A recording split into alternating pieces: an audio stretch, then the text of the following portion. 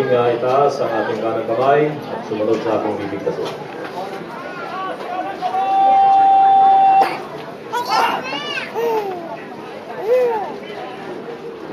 Ako si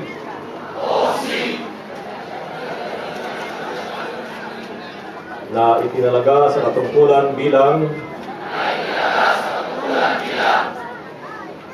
Police Officer 1 ay taimtim na nanunumpa. Natutuparin ko ng buong husay at katapatan sa abot ng aking kakayahan ang mga tungkulin ng aking kasalukuyang katungkulan at ng mga iba pa. Pagkaraan nito'y gagampanan ko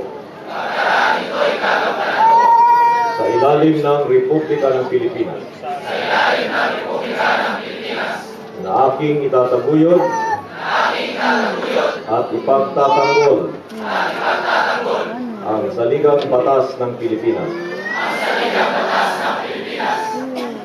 na tunay na mananalig at tatalima ako rito. Nasusundin ko ang mga batas, mga kautosang legal, at mga dekretong pinaiiral ng mga sadyang itinakda